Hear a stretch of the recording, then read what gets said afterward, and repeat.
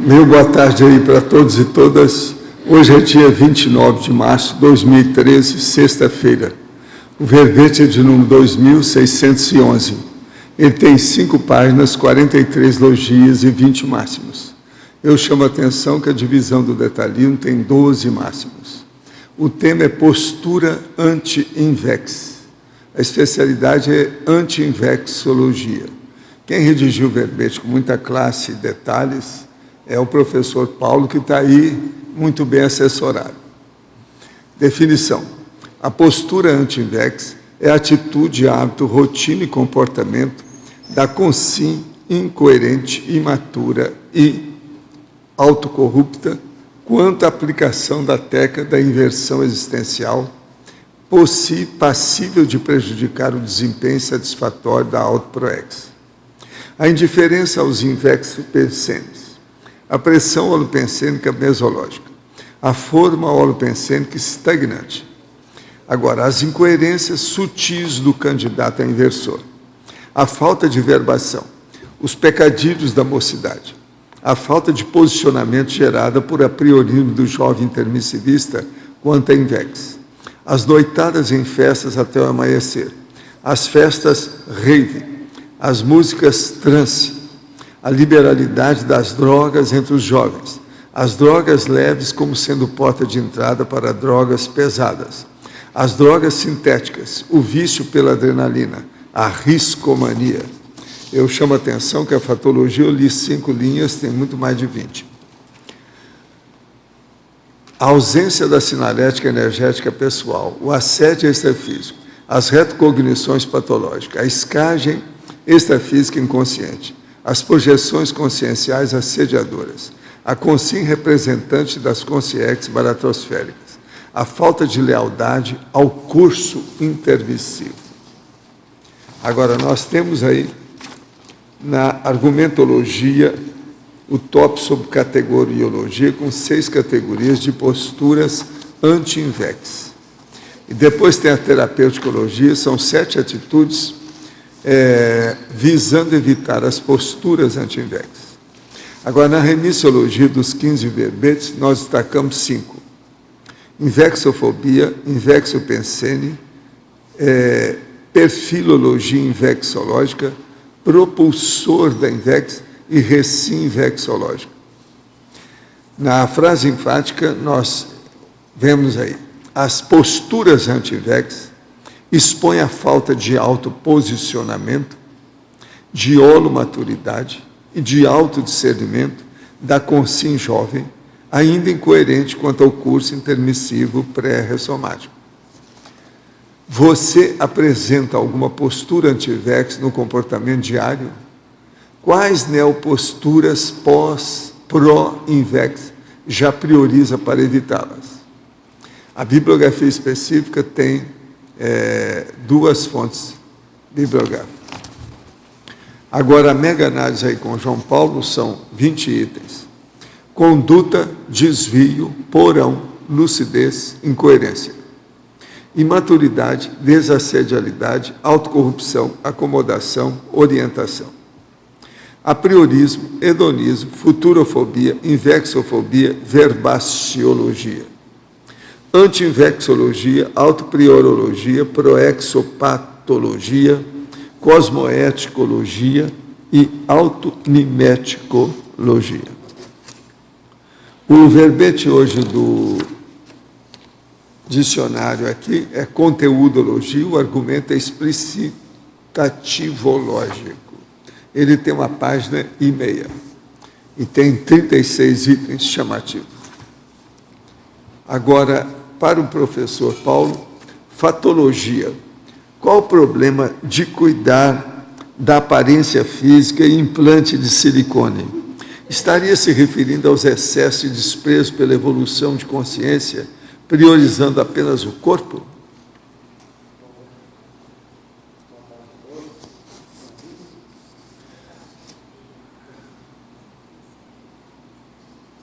Alô, boa tarde a todos. Bom, eu acho que você pegou o ponto cerne da questão. Tanto é que eu não boto só o silicone, eu boto silicone, o piercing, tatuagens. Eu lembro muito que o professor Valdo, numa tertúlia, isso foi lá na Sala Verde ainda, ele pegou um jornal, tinha uma foto de uma jovem, ele fez o jogo dos 7 erros. Então a jovem tinha chifres na testa, que era implante de silicone, piercing, tatuagem. Então ela mudou todo o seu perfil, sua imagem, e ali, né, nessa alteração, ela está representando um grupo extrafísico. Que tipo de grupo extrafísico ela está representando? É um grupo mais baratrosférico. Então eu vejo assim, ó, que o jovem, que ele é intermissivista, ele tem que representar o quê? A comunidade extrafísica avançada que ele veio. Não pode ser representante de ambientes aí mais patológicos. Então é mais nesse sentido aí dos excessos. Na fatologia, página 14, terceira linha. Poderia nos falar mais sobre as noitadas em festas até o amanhecer, as festas rave e as músicas trance, tão em voga atualmente? Bom, esse verbete ele tem um histórico bem relacionado comigo, porque eu dos 20 aos 23 anos de idade, eu participei de muitas festas, mas era festa de praia, formaturas, não chegava a festas trance, de músicas trance, festas rave, porque eu nunca gostava do holopensene, mesmo sem conhecer a Conscienciologia. Mas que eu vejo é que normalmente o jovem ele busca esses ambientes por uma carência muito grande. Tem alguma carência ali, seja a carência afetiva, seja uma dificuldade de se posicionar, por exemplo, perante os familiares. Às vezes existe uma repressão muito grande na família, então ele precisa, por exemplo, usar a droga para ele eliminar toda aquela pressão mesológica que tem. Só que essa postura é totalmente incoerente, ele pode ter a mesma, contrapor a família, se posicionar perante a família de outras formas, de outras maneiras, entende?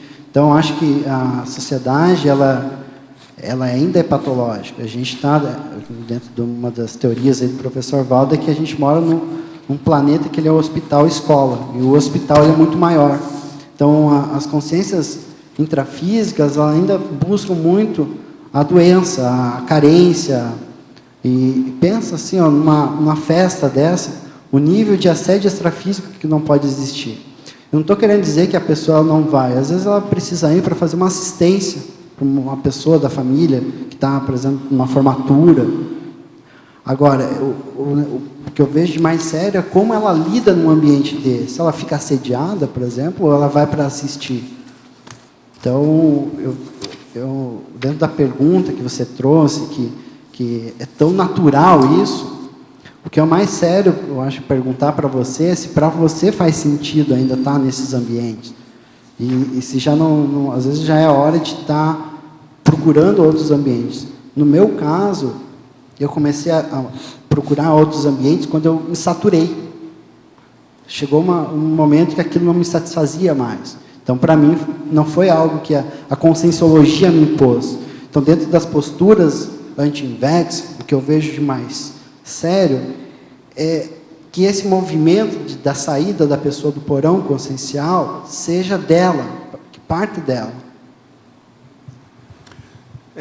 Ainda na fatologia, quinta linha de baixo para cima, sobre as horas perdidas com jogos de computador, os games bélicos e a moda do Ultimate Fight Championship, até quando nossa juventude vai jogar fora o seu futuro? Ainda há esperanças? Sim, para isso tem um curso intermissivo, né? Agora, assim, eu sou da área da computação, eu trabalhei muito tempo num laboratório de telemedicina, no meu mestrado, e que os jovens falavam assim, o jogo tal, eu já joguei 300 horas, 600 horas, jogos online, e você vê que a pessoa ela é totalmente antissocial, a pessoa é inteligente. Ok, ele passa nas matérias, mas ele tem muita dificuldade de lidar com as pessoas, de exprimir suas emoções. Às vezes está com um nível de preconceito muito grande com as outras pessoas, até por isso que ele vira antissocial. Então ele busca utilizar os jogos para trazer aquela raiva que ele tem íntima, E eu via muito, assim, umas coisas bem estranhas, o pessoal se alterar jogando esses jogos. Então, você vê que a pessoa ela utiliza um mecanismo ali, que é o jogo, mas por trás tem uma manifestação ali bem imatura e bem assediada, né? Por exemplo, o UFC, que são essas lutas, para mim é o povo do passado, os gladiadores, que hoje estão representando aí, foram reurbanizados e estão voltando. Mas me chamou a atenção isso, num ônibus, 6 horas da tarde, voltando do trabalho lá do laboratório, indo para o voluntariado, e tinha 2 jovens que, aparentemente, elas não teriam nenhuma relação, pelo visual delas, com esse tipo de holopensene. Mas elas estavam conversando do meu lado, parei para prestar atenção, né? Elas, olha, vai ter esse final de semana aqui em Florianópolis, o UFC é muito legal, vale a pena, leva teu namorado também. Nossa, como se fosse uma coisa natural. Então, você vê que tem 2 pessoas lá dentro de uma gaiola, se chutando, se brigando, saindo sangue para tudo que é lado, e elas acham natural, acham legal, é importante isso. E se você não vai, você é o careta, você é excluído. Mulher do padre. A mulher do padre. Professor, o senhor poderia ampliar o argumentário Neoideologia, página 48? Você está compondo o seu livro Omega Gescom com 20 capítulos e surge a ideia recicladora que é a neoverponologia. Você vai ter, racionalmente, de revisar os capítulos, pois a neoideia se impõe e se espraia, que é a verponocracia. O mais racional é você escrever pelo conteúdo e não escrever mirando o leitor, embora o leitor médio seja o nosso amparador extrafísico, pois é quem dispõe da possibilidade de nos fornecer valiosa heterocrítica ou feedback providencial. Então, o problema todo nosso é a gente dedicar ao conteúdo. Por isso que esse verbete a gente fala da conteudologia e procuramos explicitá-lo ao máximo sobre esse problema. Agora, aqui, em conclusão, Principiologia, página 49, o ideal é sempre atuar por atacado nas nossas gescons, por isso as ideias estão acima da pessoa considerada isoladamente. Devemos ter um público-alvo ou não, necessariamente? Não, o público-alvo ele aparece naturalmente, mas você tem que ver o que é que você escolhe como conteúdo e objetivo daquilo que você pesquisa e daquilo que você procura implementar dentro da tarefa do esclarecimento. Na hora que você tem um conteúdo, é lógico que aquilo vai ter uma plateia, vai ter uma audiência, vai ter um auditório, vai ter, então, as pessoas que vão se interessar por isso. Esse é o público-alvo importante. Mas, agora, o caso seu é não ver o público-alvo. Você tem que ver, em primeiro lugar, qual o megafoco, o objetivo, a meta, aquilo que você quer atingir do ponto de vista da explicitação. O público-alvo vem depois. Outra coisa, em matéria de pública, a gente não deve estar se incomodando com a opinião pública. É mandar para lá e fazer aquilo que a consciência da gente mandar. Então, é muito importante também não confundir público-alvo com opinião pública. Agora, o professor Paulo, em Neologia, página 14, poderia ampliar o conceito de postura anti-invex irreversível, exemplificando? Haveria uma zona limítrofe entre a postura anti-invex reversível e irreversível? De que forma definir, identificar quando uma postura reversível se torna irreversível? Bom, tem vários pontos aí para a gente explicar. Primeira coisa, eu convido depois você para olhar a exemplologia, que eu dou esses 2 exemplos. E, na minha opinião, na minha avaliação, eu participei de posturas anti-invex que eu considero como reversíveis, que eu consegui dar a volta por cima. Por exemplo, eu era envolvido com grupos ociosos, hedonistas, grupos de surf, que o objetivo era, quando tivesse lá na fase da aposentadoria, comprar uma casa e ficar o final de semana inteiro surfando, pro resto da vida. Entende? Isso, para mim, fazia sentido. Só que chegou um momento que eu comecei a entrar em tédio, porque eu sabia que tinha algo mais sério para eu fazer da vida. Entende? Então, o que eu percebi, no meu caso, é que quando eu resolvi fazer o movimento de reciclagem, de mudança, isso não me prendeu. Por exemplo, eu bebia, então eu saía em festas, bebia para ficar mais, né? Eu era muito tímido e sempre fui muito reprimido, então eu tinha dificuldade, então eu bebia e me soltava. Depois eu fui ver que eu não precisava da bebida para isso. E depois que eu parei de ir sair nesses grupos, de frequentar festas, naturalmente eu parei de beber. Entende? Foi um negócio natural. Então eu vejo que ela é reversível quando ela é mais sutil, ela é mais na epiderme da consciência. Entende? Ela não cria uma interprisão grupocármica mais profunda. Deixa eu contar um fato que aconteceu quando eu estava escrevendo o primeiro verbete, que era de posturas recém-vexológico, que já fazia uns 6 anos que eu não entrava mais nesse holopensene de evocar, de trazer as lembranças desse passado. Até o objetivo de escrever esse verbete aqui, o Posturas Anti-Vex, é justamente para evocar esse padrão e fazer assistência. Eu estava escrevendo, senti um acoplamento no coronochakra bem intenso, mas eu tive uma clareaudiência de uma consex me chamando de bebum.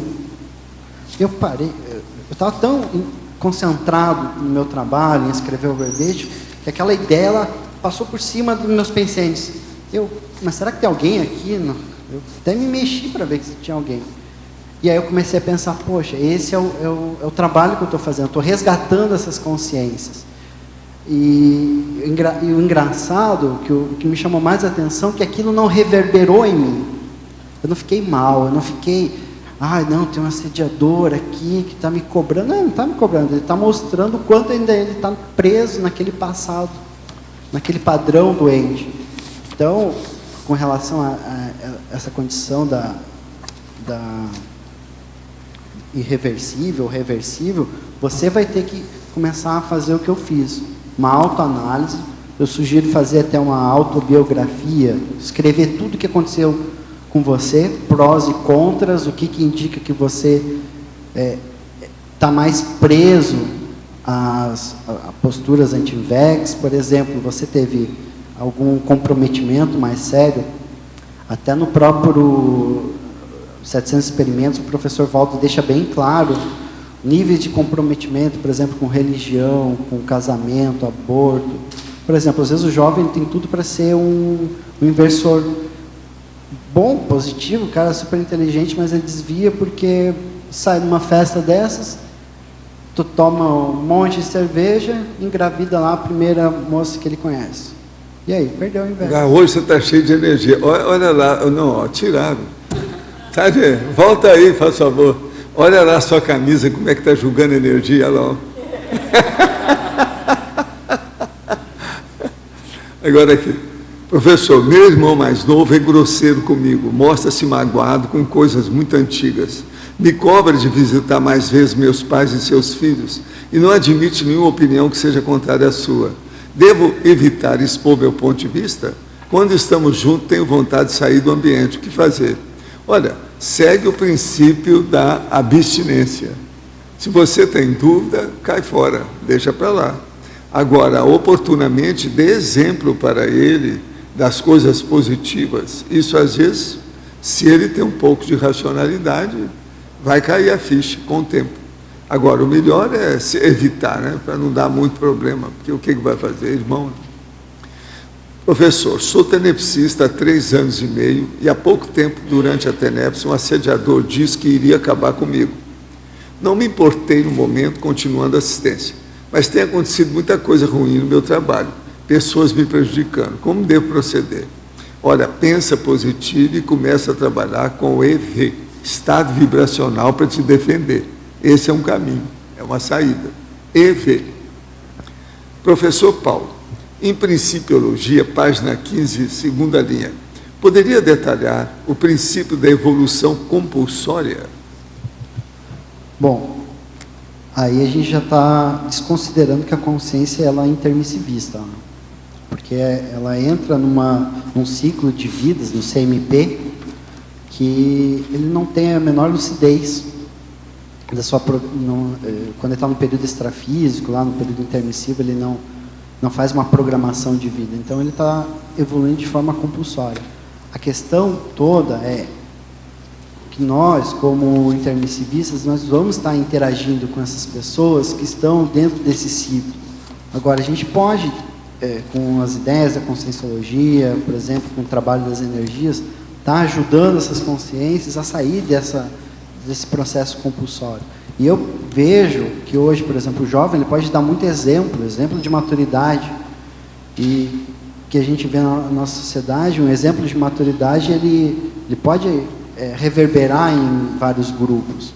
Agora, a questão é você conseguir fazer assistência pontual naquela necessidade que a pessoa precisa. Isso que eu vejo como algo mais difícil, que vai exigir da pessoa uma qualificação. Professor Paulo, na efeitologia, página 15, primeira linha, poderia comentar sobre o efeito nocivo das consceneres? Então, quando eu estava ali no meu período dos 20 aos 23 anos de idade, eu saía muito, tinha muitos amigos, eu trabalhava numa biblioteca da universidade, então eu era meio que popular, todo mundo me conhecia, a cidade era pequena.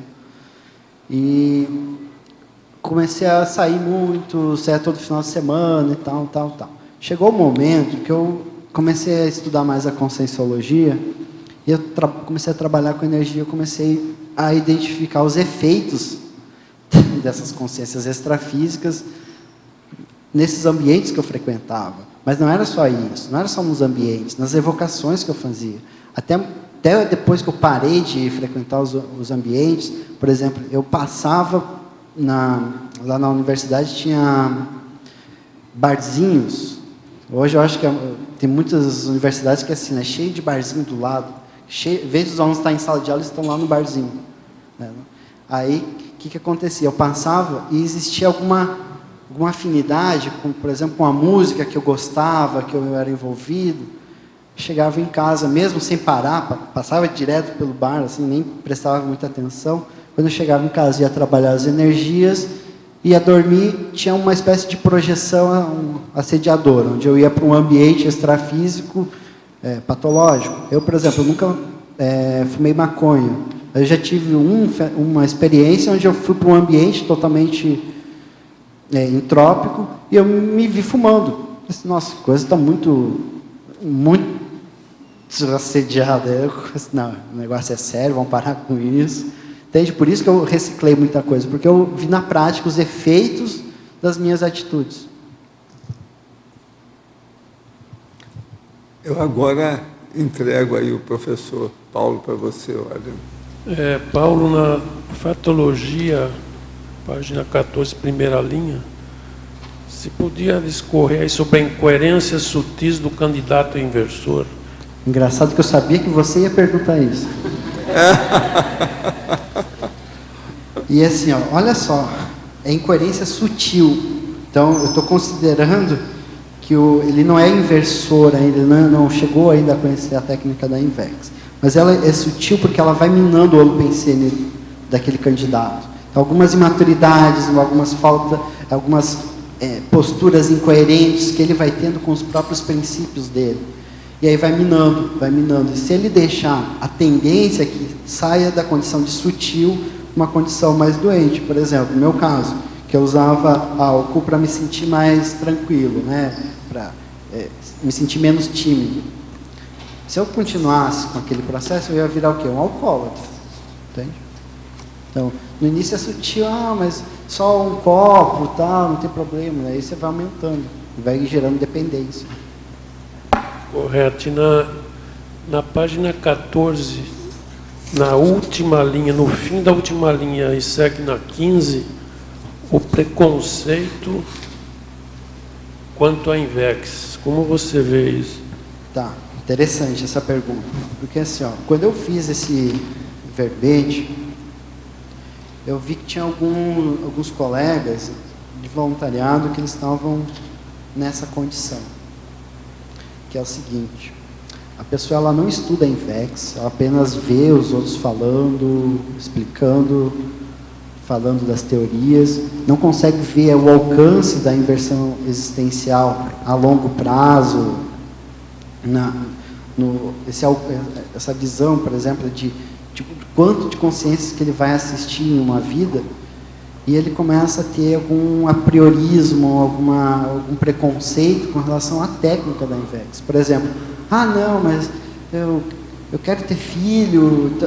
Poxa, a pessoa nem para pensar por que a técnica da INVEX prioriza as gestações conscienciais e não a gestação humana.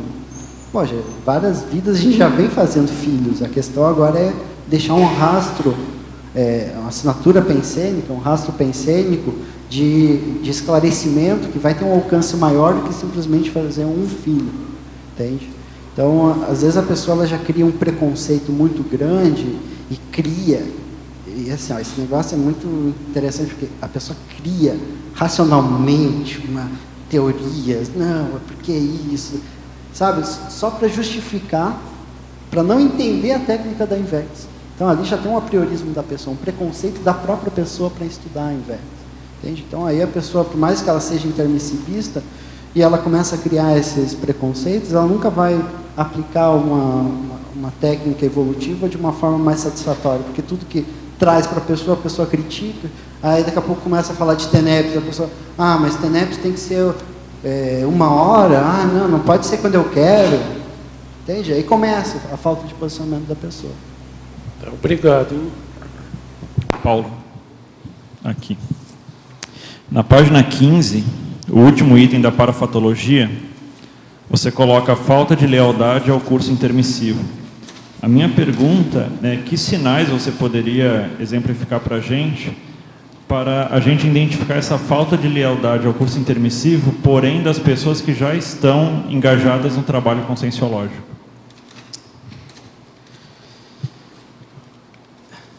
Eu estou acompanhando um caso que é justamente isso. A pessoa ela abre mão de tudo que ela já recebeu, tanto de curso, às vezes a própria pessoa já deu cursos, e ela abre mão de tudo aquilo que ela conhece para entrar no porão consciencial dela. Então ela foi meio que evitando, não vou entrar. Na verdade ela foi reprimindo, ela não foi evitando, ela foi reprimindo aquele porão consciencial. Entende? Então o que eu vejo dessa falta de lealdade? É, por exemplo, a pessoa entender a INVEX como uma técnica salvacionista. Então, em vez de ela entender como uma técnica evolutiva, que ela precisa entender os porquês da técnica, ela simplesmente compra aquilo. Então, ela vai abafando tudo que ela sente. Então, para mim, já é um indício. Que a pessoa ela não consegue colocar em prática. A hora que espreme a pessoa, fica as palavras. Porque tem a ProEx, porque tem a TENEPS. O negócio fica assim muito na palavra, não fica na reciclagem. As energias da pessoa não demonstram o quanto que ela vivencia aquilo, entende? Então, para mim, é o quanto a pessoa entende de paradigma consciencial. Quanto ela consegue botar na prática o paradigma dela, o quanto que ela está quebrando os paradigmas. Por exemplo, eu estava vindo hoje, o meu irmão foi me buscar, a gente estava discutindo algumas coisas, já estava quebrando ali um monte de coisa que eu estava pensando. Entende?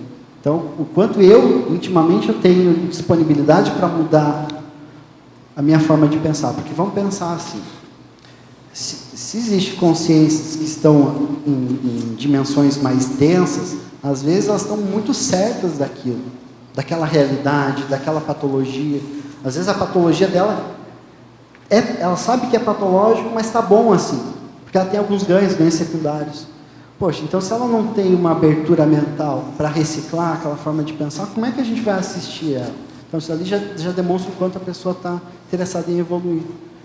Eu me lembro em 2005 que eu participei lá da Semana da INVEX, nossa, fiquei em crise. Fiquei uma semana assim que eu fiquei meio zonzo, porque eu comecei a ter fenômenos parapsíquicos, coisas que eu não tinha projeção, sentir os chakras, por exemplo, e foi contra tudo que eu pensava, em termos de evolução. Eu falei lá no início, meu sonho era me aposentar e morar na praia. Tem amigos meus que até hoje estão lá, nessa mesmo padrão, faz 6 anos que eu conheço eles, estão no mesmo padrão. Vamos surfar, entende? Então, tirou meu chão. Agora, eu vejo que se a pessoa está buscando muito a zona de conforto, isso já demonstra o quanto ela tem lealdade. Porque, poxa, eu trago tudo a minha experiência. Eu já tive alguns fenômenos de projeção, de que eu já me vi muito mais lúcido do que eu era aqui no intrafísico. E aquilo ali me incomodava, porque eu era mais que aquilo. Entende? Então, isso que eu chamo de lealdade. O meu objetivo é chegar naquele Paulo que eu tive a projeção, que eu vi que eu era mais lúcido, mais coerente, e não ficar naquela zona de conforto. Você poderia aprofundar essa ideia que você trouxe, o antagonismo? Eu achei interessante, uma técnica salvacionista versus uma técnica evolutiva? Porque, olha só, a pessoa já tem dificuldade de entender o paradigma consciencial. Aí ela acha que a INVEX, ela vai, só por aplicar a INVEX, ela vai ser completista, só porque ela estuda mais que a média. Por exemplo, os colegas dela lá da faculdade, ela se coloca acima das outras consciências ali. Então, ali ela já quebra qualquer possível interação de assistência, porque ela já está se colocando como melhor. E ela esquece dos trafares que ela tem, que às vezes ela tem muita afinidade. Entende? Então, ela utiliza a técnica da INVEX para renegar todo esse porão consciencial dela, os trafares dela. E aí ela, não, eu estou bem, estou evoluindo, sou da INVEX, estou voluntariando, mas na hora que você vê o saldo, não tem saldo. Por exemplo, a gente tem lá em Florianópolis muitas reuniões, muitas conversas com um voluntário. E você vê que às vezes a pessoa, a hora que a gente conversa com a pessoa e chama ela para a responsabilidade, a pessoa treme as pernas, sabe? Ela não aguenta. Por quê? E aí, tem um curso para fechar, tem que chamar alunos, vamos chegar juntos, vamos fechar o curso? Ah, mas daí tem a universidade, tem minha profissão, tem a minha mulher, tem o meu filho, não só inversores, entende? Então ali você já vê o quanto que a pessoa realmente valoriza as teorias, a conscienciologia de forma prática. E eu vejo assim, o outro contraponto é que o quanto que a INVEX ela pode ajudar a pessoa a entender melhor esses trafares, esses problemas da sociedade para ela superar. Eu acho que não é a questão de ela renegar, é a questão de ela enfrentar, olhar de frente para aquilo. Paulo, na página 15, primeira linha da fatologia, por favor, pode expandir essa questão a respeito da esnobação do amparo de função, se isso é feito de maneira consciente ou inconsciente, ou ambos, se existe aí uma espécie de fuga da responsabilidade ou até uma própria visão de competição com o amparo. Quando eu botei essa esnobação, é no sentido de autocorrupção. A pessoa já tem maturidade para agir de uma forma diferente, mas ela abre mão do amparo de função, ela abre mão de ficar mais lúcida. Às vezes por uma carência que ela tem, que ela não consegue enfrentar, por exemplo, um processo afetivo da pessoa, ela tem dificuldade de dar afeto para as outras pessoas. Então aí ela acaba ficando só fechada resolver o próprio problema, no próprio umbigo, e ela não consegue ver que a pessoa do lado está precisando de uma assistência, que a pessoa do lado está muito mais necessitada de assistência do que a própria pessoa. Entende? É nesse sentido da esnobação, que ela deixa passar oportunidades pontuais lá no dia a dia dela para se preocupar só com ela ou só com os problemas dela. Às vezes eu vejo muito assim, a pessoa ela justifica aqueles problemas com vários fatos, várias situações que ocorrem no dia a dia dela, mas é simplesmente para justificar uma condição imatura dela, incoerente. E ela não pensa na solução, no que ela pode fazer hoje, dentro do que ela já tem de conhecimento, para superar. Às vezes, assim, você vê que tem, pelo menos eu percebo, algumas aulas treino que eu acompanho lá do Instituto, que às vezes dá para sentir um amparador acoplando com a pessoa, para a pessoa ficar mais lúcida.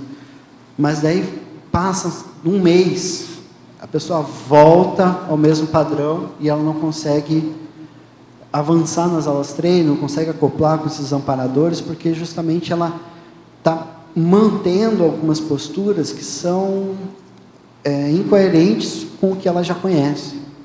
Ou ela não se propõe a enfrentar aquelas reciclagens mais sérias.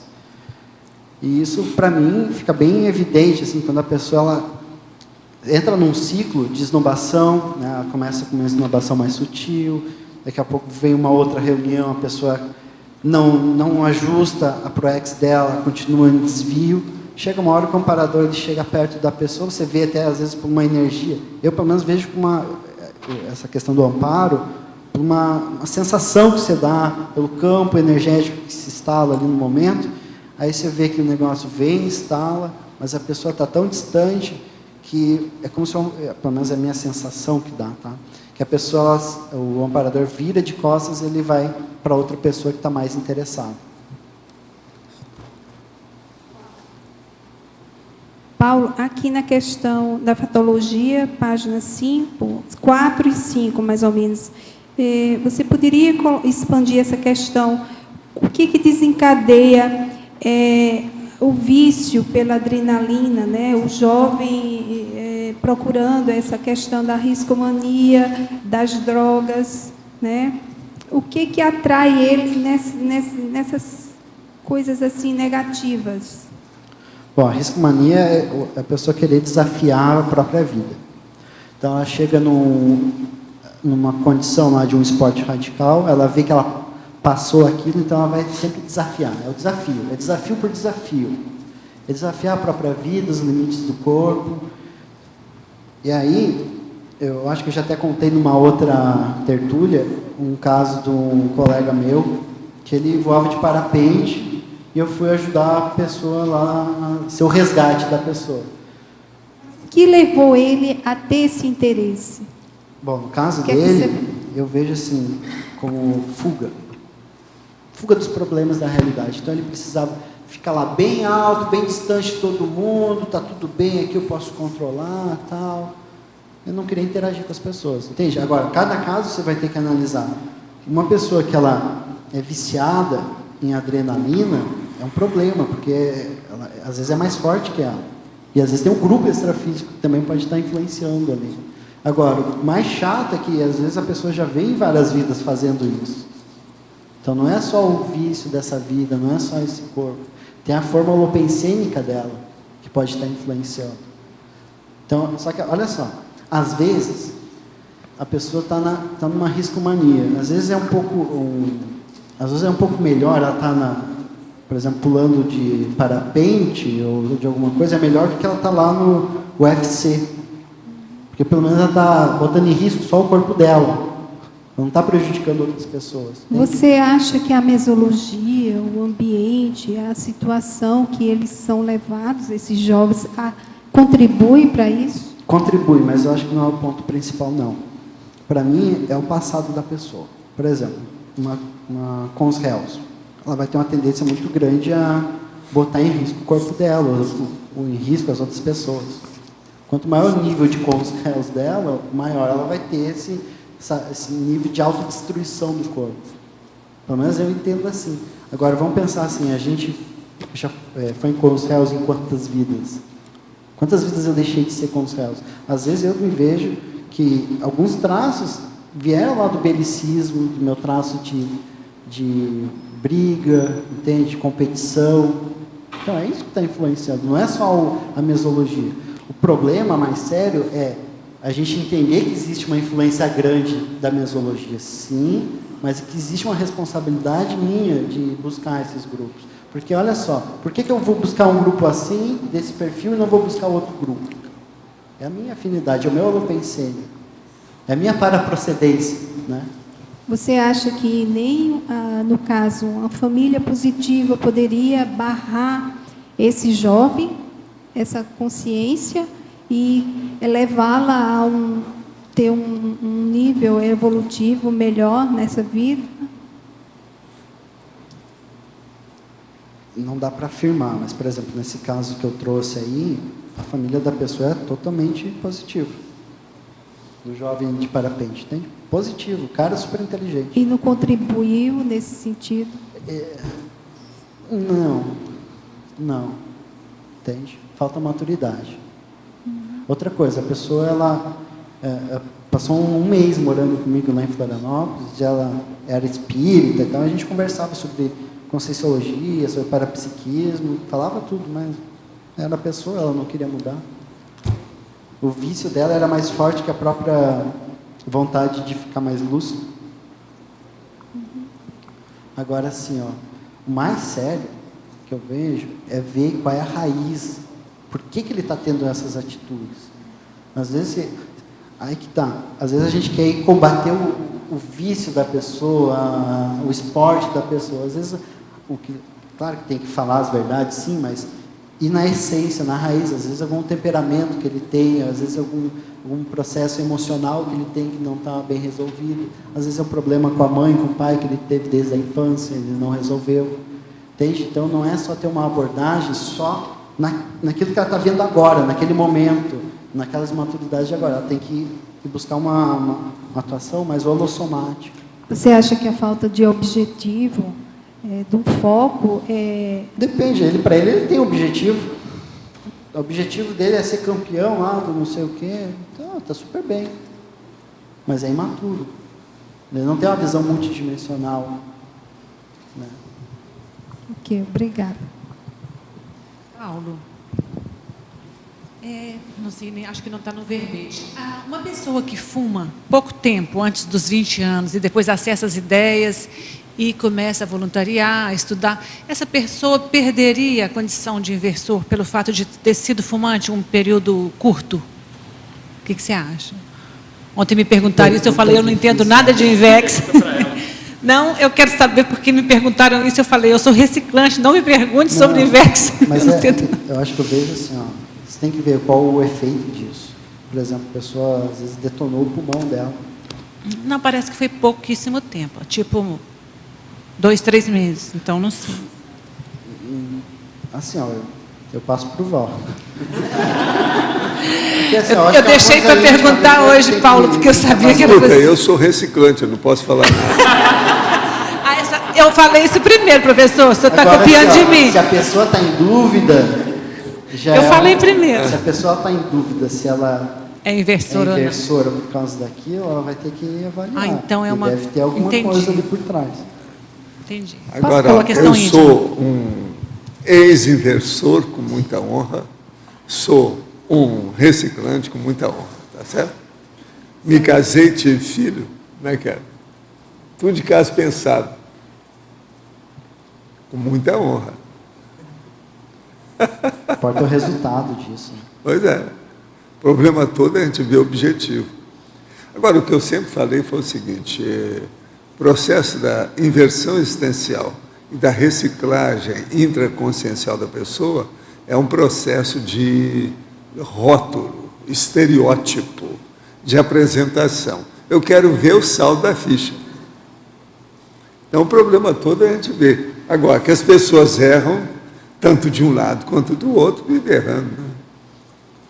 Agora, teve pessoas assim, que já se colocaram como inversores, que eu conheci, mas em termos de assistência, não reverberava muito. Pois é, você espreme, não dá nada, não tem sumo. Né? Não há nada consistente. Isso é uma pena. Paulo. Agora, vivenciar é diferente de saber. Saber é uma coisa, isso é teoria. Eu quero ver, dar o exemplo, vivenciar a coisa. Isso aí é que é o difícil. Paulo, aqui no ar. Na página 14, na fatologia, na segunda linha, a falta de posicionamento gerada por apriorismos do jovem intermissivista quanto à Invex. Você pode dar alguns exemplos sobre o que seria essa falta de posicionamento? Assim, quais são os comportamentos práticos que um jovem que tem apriorismo quanto à Invex ele pode ter? Isso é mais ou menos a pergunta que eu estava falando com o Felipe, por exemplo, a pessoa ela já começa a criticar sem entender, entende? Outra coisa, ela não quer abrir mão das imaturidades dela. Então está muito bom ali o grupinho dela. Então, mas para que eu vou mudar do meu grupo que está bom, que está todo mundo me entendendo, está todo mundo se ajudando, entre aspas, mas é uma ajuda que é estagnada. Então, aí ela começa a criar apriorismo, ela começa a criar ideias fixas para não investir na Invex, não investir nas reciclagens íntimas dela. Isso que eu acho mais sério. E nesse caso tem a ver com a falta de... A dificuldade de assumir a responsabilidade de fazer assistência, de abrir mão, às vezes, de um conforto momentâneo para conseguir, para ter um êxito maior dentro da assistência, dentro da PROEX, do que necessariamente abrir mão, né, fazer essa troca. Porque, assim, no caso, a gente lida muito com isso, da pessoa ter medo e achar que a vida dela vai ter muitas restrições por ela optar pela INVEX, o que, no caso, é o contrário. Então, assim, o que você poderia falar sobre isso, sobre as pessoas que pensam dessa forma, que acham que a INVEX é puramente restritiva? O que você acha disso? Eu vou além. Tem gente que pensa que a INVEX é religiosa, entende? Mas por quê? Porque você tem que pensar assim, ó. A gente está passando para a pessoa um paradigma diferente, que é um paradigma distinto do que ela está acostumada, do que ela está habituada. Então, primeiro ela tem que entender bem o que é esse novo paradigma, para que ele serve. Outra coisa, ela precisa ter alguma vivência, uma orientação do que ela teve o curso intermissivo. E aquilo ali tem que fazer sentido para ela. Por exemplo, eu tive fenômenos ou experiências que me dão algum indício de que eu fiz esse curso intermissivo. E, para mim, vale a pena investir nisso, entende? Então, o negócio é você chegar no ponto da pessoa sem preconceito, porque, às vezes, a pessoa está com preconceito do que é a INVEX. Você está com preconceito da pessoa porque ela não entendeu a INVEX. Entende? Então, às vezes, você vai ter que abrir mão, desarmar. Tá, mas o que está acontecendo? Ele está falando, está argumentando, mas o que é a essência? O que tem por baixo? Às vezes, não é nem o que ele está falando. Entende? Aí vai entrar o parapsiquismo. Aí eu estou tendo, essa semana, várias conversas, e uma dessas foi sobre a questão de INVEX, o quanto a pessoa desviou. E a pessoa está assim, olha, eu abri mão sim, mas eu vou tentar reciclar, vou tentar dar a volta por cima. Mas para ter uma interação com essa pessoa, eu e o outro colega que a gente foi assistir, a gente teve que desarmar. A gente teve que falar de muitas posturas que a gente teve, que era contra a INVEX, para se colocar no mesmo nível da pessoa, para outra pessoa se sentir confiante, olha, a gente já passou por isso aí passa, entende? Para a pessoa pensar, confiar na gente, furar aquela bolha, que às vezes existe uma bolha densa ali, que às vezes tem guia cego, se a pessoa está envolvida com drogas, aí imagina. Então, às vezes, aquele posicionamento da pessoa não é só contra a INVEX, tem um posicionamento do assediador também ali, entende? Então, para mim fica claro o quanto que às vezes eu sou ineficiente na minha assistência, porque eu não consigo furar essa bolha de assédio da pessoa. E aí eu fico lá pensando, refletindo, fico uns 2, 3 dias, cara, eu vou ter que melhorar. Aí entra lá na TENEP, daí próxima semana tem uma reunião com a pessoa de novo, então vamos tentar, você vai tentando, entende? Porque às vezes a reclamação da pessoa é um pedido de ajuda. Às vezes ele não está reclamando porque ele não tem curso intermissivo. Às vezes ele tem, só que o negócio está tão perturbado, está tão fora de lógica que às vezes é casuava, às vezes é casuava. Mas, poxa, às vezes é você que está ali, não tem um AVA, não tem um Epicom, não tem um Valdo, não tem a Sinvex para ajudar, por exemplo. Entende? É você. Então, às vezes você fica tentando furar essa bolha para acessar a pessoa. E, Paulo, só uma outra pergunta, na página 16, maniologia. O que seria a oplomania?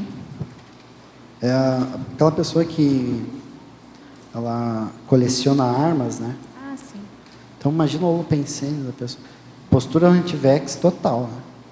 Porque, às vezes, aquela arma é do vô dela, que às vezes tem uma espada que está na família, que às vezes a espada foi até da própria pessoa.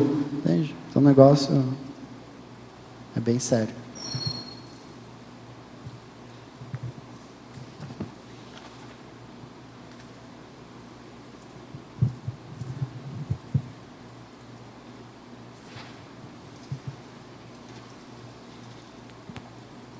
Paulo, a gente sabe que na INVEX uma das características é a presença mais comum ou mais precoce das ideias do curso permissivo, das ideias inatas.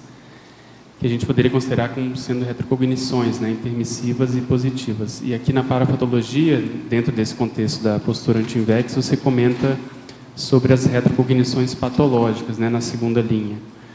Você podia aprofundar essa ideia de como que você vê que isso acontece, por que há uma predominância, muitas vezes, dessas retrocognições patológicas? Por favor. Tá.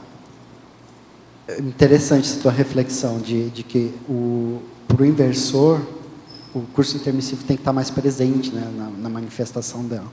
O problema é que, às vezes, a pessoa, desde a infância, ela está mais deslocada do veio principal da ProEx dela. E aí ela começa a ter afinidade com esses grupos mais doentes. Eu vejo isso, que eu tive algumas lembranças que não eram sadias, que eram condições de doença, de belicismo, de guerra, de batalha. O detalhe é que hoje eu já consigo estar numa condição de mais lucidez para entender aquelas informações e não me desestruturar. O problema é que quando entra essas retrocognições que são patológicas, no sentido de totalmente imaturas para a pessoa, e a pessoa não tem sustentação. A pessoa tem que trazer essas retrocognições patológicas, sim. Ela tem que lembrar do passado doentio dela, só que ela tem que ter um estofo, uma estrutura para bancar isso. Por exemplo, a gente falou daquele inversor que, às vezes, ele cria só um estereótipo, o negócio não é intraconsciencial. Por exemplo, o que acontece depois de uma retrocognição dessa? A pessoa vai... Ou então, os assediadores do passado da pessoa. Você quer reciclar, quer ser mais avançado? Não, a gente não vai deixar. Aí começa a investir nas amizades, em alguma forma, para cercear a vida da pessoa, para a pessoa voltar àquela condição dela. Então, eu vejo assim que a gente não pode abrir mão do passado.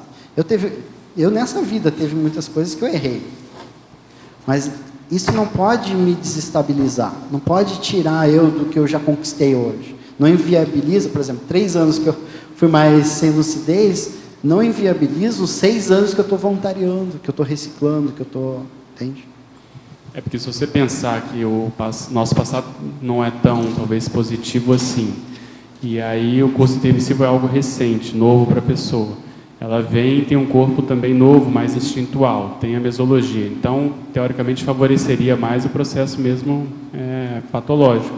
Então, eu vejo que o processo do Greenvex, por exemplo, ajuda muito a fazer frente a essa pressão, né? Tanto somática, instintual, hormonal, como também mesológica, né?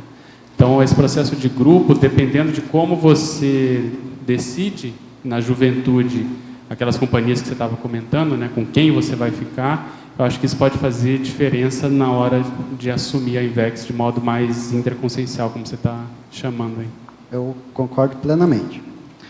Quando eu conheci aí a conscienciologia de forma mais prática, eu conheci com 17 anos, mas só com 23, 24, que eu já tinha passado por porão consciencial, que aí eu vim aqui para Foz e tal, fiz alguns cursos, comecei a sentir aí a influência do grupo sadio, que eu me reconheci com o grupo. Eu dei um basta. E aí eu fui morar em Florianópolis e o meu objetivo principal era reativar o Greenvex. Então o Greenvex me ajudou a ter um grupo de pessoas que poderiam debater as imaturidades da Socin. A gente ficava criticando, por exemplo, a questão do isso é antigo, acho que hoje já está mais claro. A questão do anel, né, da aliança, naquela época ainda gerava muita discussão. Pô, hoje você vê, dos males o menor. Entende? Então, gerava muita discussão, muita coisa que é positivo para a própria pessoa se posicionar.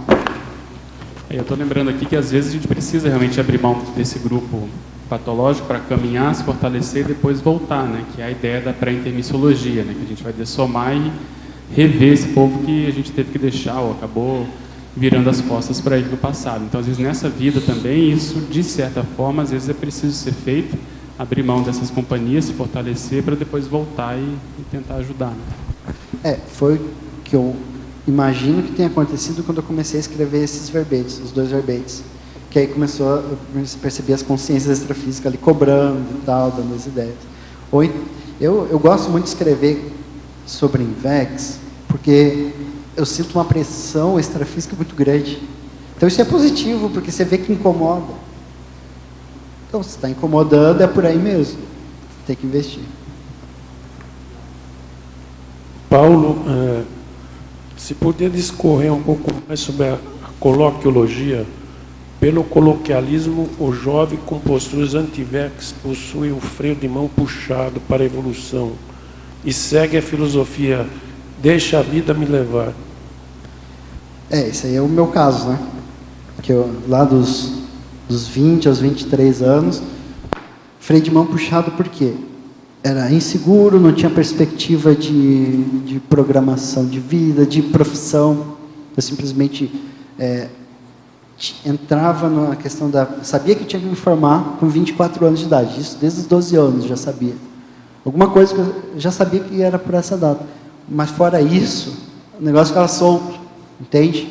Então, o que acontece? A pessoa ela começa a ter posturas imaturas e ela fica nessa condição para onde vier o vento, eu vou. Eu quando surfava era assim, que tipo de vento que está acontecendo? Está um vento sul, então eu vou para a praia tal. Entende? O ambiente que vai dizer para onde que você tem que ir. Poxa, literalmente acontecia, né? Biruta, né? Coisa de biruta.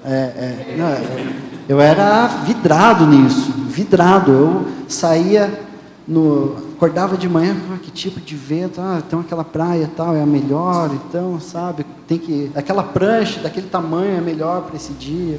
Tudo era assim. Então o jovem ele acaba deixando a maturidade de lado para ir com o grupo. Para onde o grupo for, eu vou atrás. Ok. Agora, o mais sério, Arlindo, é que isso é mais normal do que a gente pensa. Né? O negócio é tão normal, tão habitual, comum. Então, a gente tem que dar exemplo nas nossas posturas. Não adianta eu ficar só criticando as pessoas, eu tenho que ter um alto exemplo, a minha verbação, ela tem que mexer de algum modo com essas pessoas.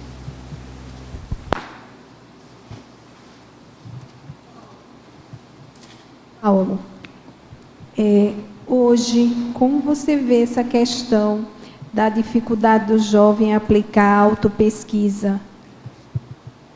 Aí, a fatologia da página 15. Segunda linha.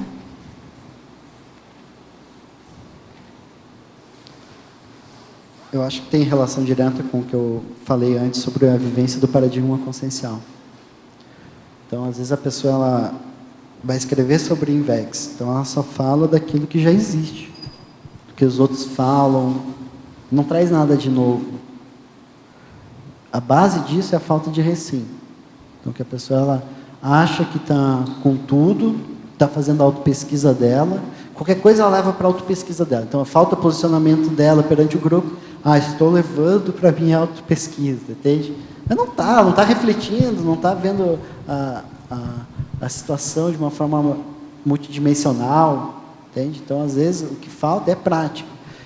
Para mim, a autopesquisa tem relação direta com a autoexperimentação dela, enquanto ela está vivenciando, experimentando os neologismos, os fenômenos parapsíquicos. A questão da imaturidade está ligada diretamente a essa questão também, né? A imaturidade ela é própria do jovem, né? Porque falta exemplos, falta vivência, a vivência dele, ele tem poucas, às vezes ele não quer nem prestar atenção nos mais velhos, ele já tem um preconceito quanto à vivência dos mais velhos, então ele não quer nem aprender. Então ele fica com aquela forma dele imatura de agir, não presta atenção no grupo que está em volta dele. O que desencadeou em você a questão da autopesquisa, da reflexão? Lá em Florianópolis, daí eu tenho que falar de uma pessoa que lá em Florianópolis a gente tem como coordenadora, que é a Mirtz. Não sei se você já conhece ela, já ouviu falar dela. Quando eu iniciei a docência conscienciológica, que foi em 2007, eu era muito daquele menino que agradava todo mundo. Então, faltava muito posicionamento em termos de segurança, às vezes até me posicionava em sala de aula, mas mini posicionamentos eu deixava muito aberto. Então, às vezes, um outro professor que não tinha posicionamento, ele vinha falar comigo, porque eu aceitava tudo, eu entendia tudo, a dificuldade da pessoa, mas eu não procurava outra pessoa que falava tudo na cara. Então, eu vinha e me procurava, entende a condição? E aí, a Mirtz, ela conversava muito comigo. Ela assim, Paulo, você percebe que nessa situação aconteceu isso? Se percebo, Mirtz. Bom, então você não pode ser complacente. Nesse momento você está perdendo primeiro o amparo de função, a assistência para aquela pessoa. Então eu via que, por mais que eu estava lúcido para a condição, eu não tinha atitude, não tinha ação. Então a Mirtz me incomodou muito, porque ela me tirou da zona de conforto.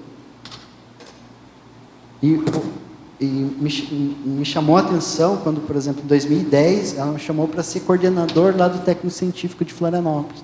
Eu e outro voluntário que também estavam 3 anos de voluntariado. Então, se você parar para pensar, por exemplo, que eram professores novos, mas eles que não tinham uma vivência de autopesquisa muito grande, você vê, está incoerente, né?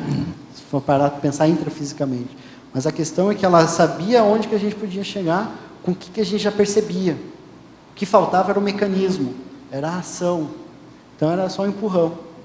Hoje, por exemplo, eu sou coordenador do técnico científico lá de Florianópolis desde 2011. E esse outro colega, que ele começou em 2010, ele se mudou em 2011 para Porto Alegre e também virou coordenador lá do técnico científico. Entende? Então, eu comecei a entender a autopesquisa, assim, vamos dizer, extrapolando para outras pessoas, porque antes era muito só eu estou me auto-pesquisando, estou pesquisando meus pensamentos, mas sempre só fechadinho no meu micro-universo. Eu comecei a entender mais quando eu comecei a criticar as outras pessoas, quando eu comecei a criticar a própria conscienciologia, que eu via que eu tinha uma atitude ainda muito de aceitar tudo. Eu aceitava, não refletia sobre o assunto. Então, a partir do momento que me colocaram numa condição de responsabilidade, que era exigido mais responsabilidade, eu precisei correr atrás. Só antes de você completar, eu não tinha força presencial. Os outros professores, você está começando agora, o que você está falando aí? Eu não concordo com você. Desde então, olha a quantidade de reciclagem que eu tive que fazer para me posicionar perante um grupo de professores. Então, a Mirtz me ajudou muito a sair daquela zona de conforto. Essa questão de um jovem, ele sempre valorizar a opinião e a postura de outro jovem, o que é que você pensa a respeito? Seria uma questão de falta de autorreflexão, de personalidade, dentro desse contexto atual na vida, hoje em dia? Esse jovem, ele sempre tende mais a valorizar o que o outro, aquele, geralmente do seu grupo, pensa, sem questionar, né?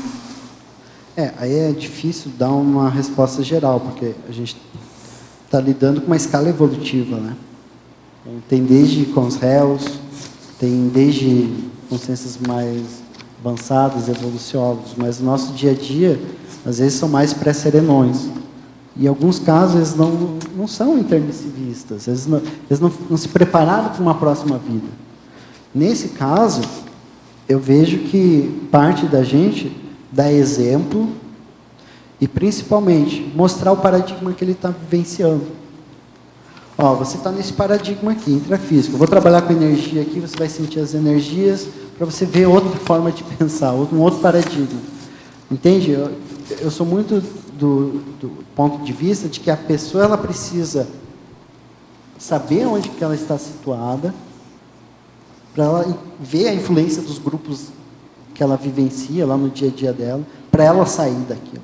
Ela precisa ter um norte, algo diferente.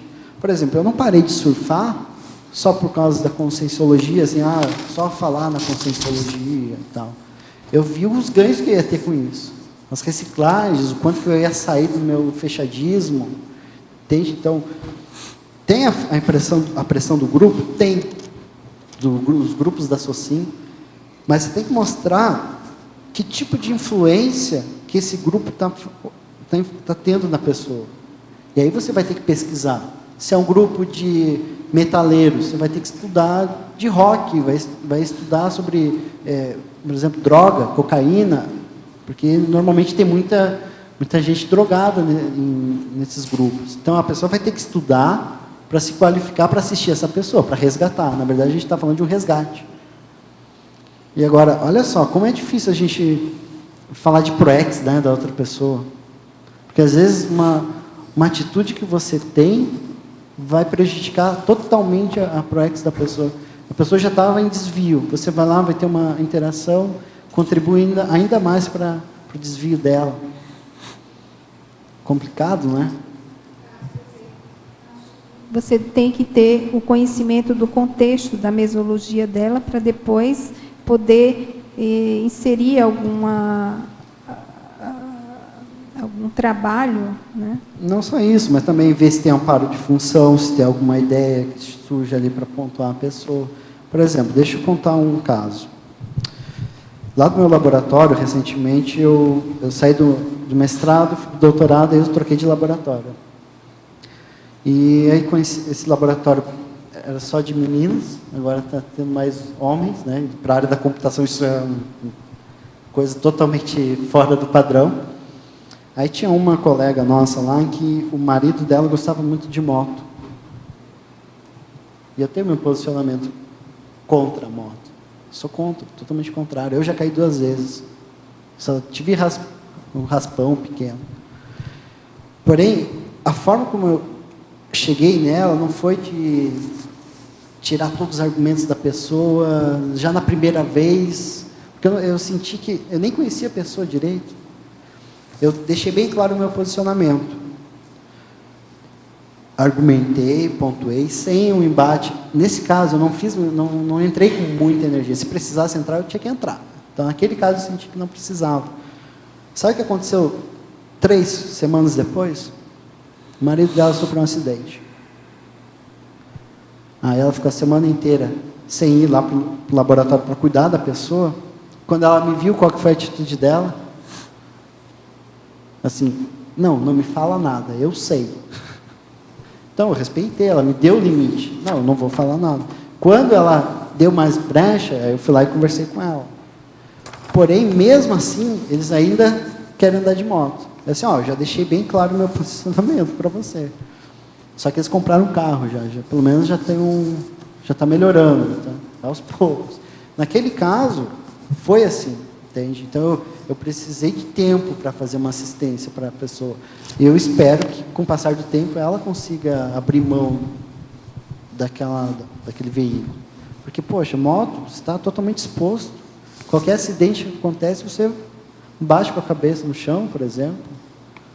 Entende? Então, você tem que saber onde que você está entrando, você tem que saber qual o limite, até onde que eu posso ir com a pessoa. Às vezes, você nem conhece a pessoa. E se precisar entrar com energia e tirar todos os argumentos da pessoa para fazer uma assistência mais... ou entrar com impactoterapia, aí você entra com isso.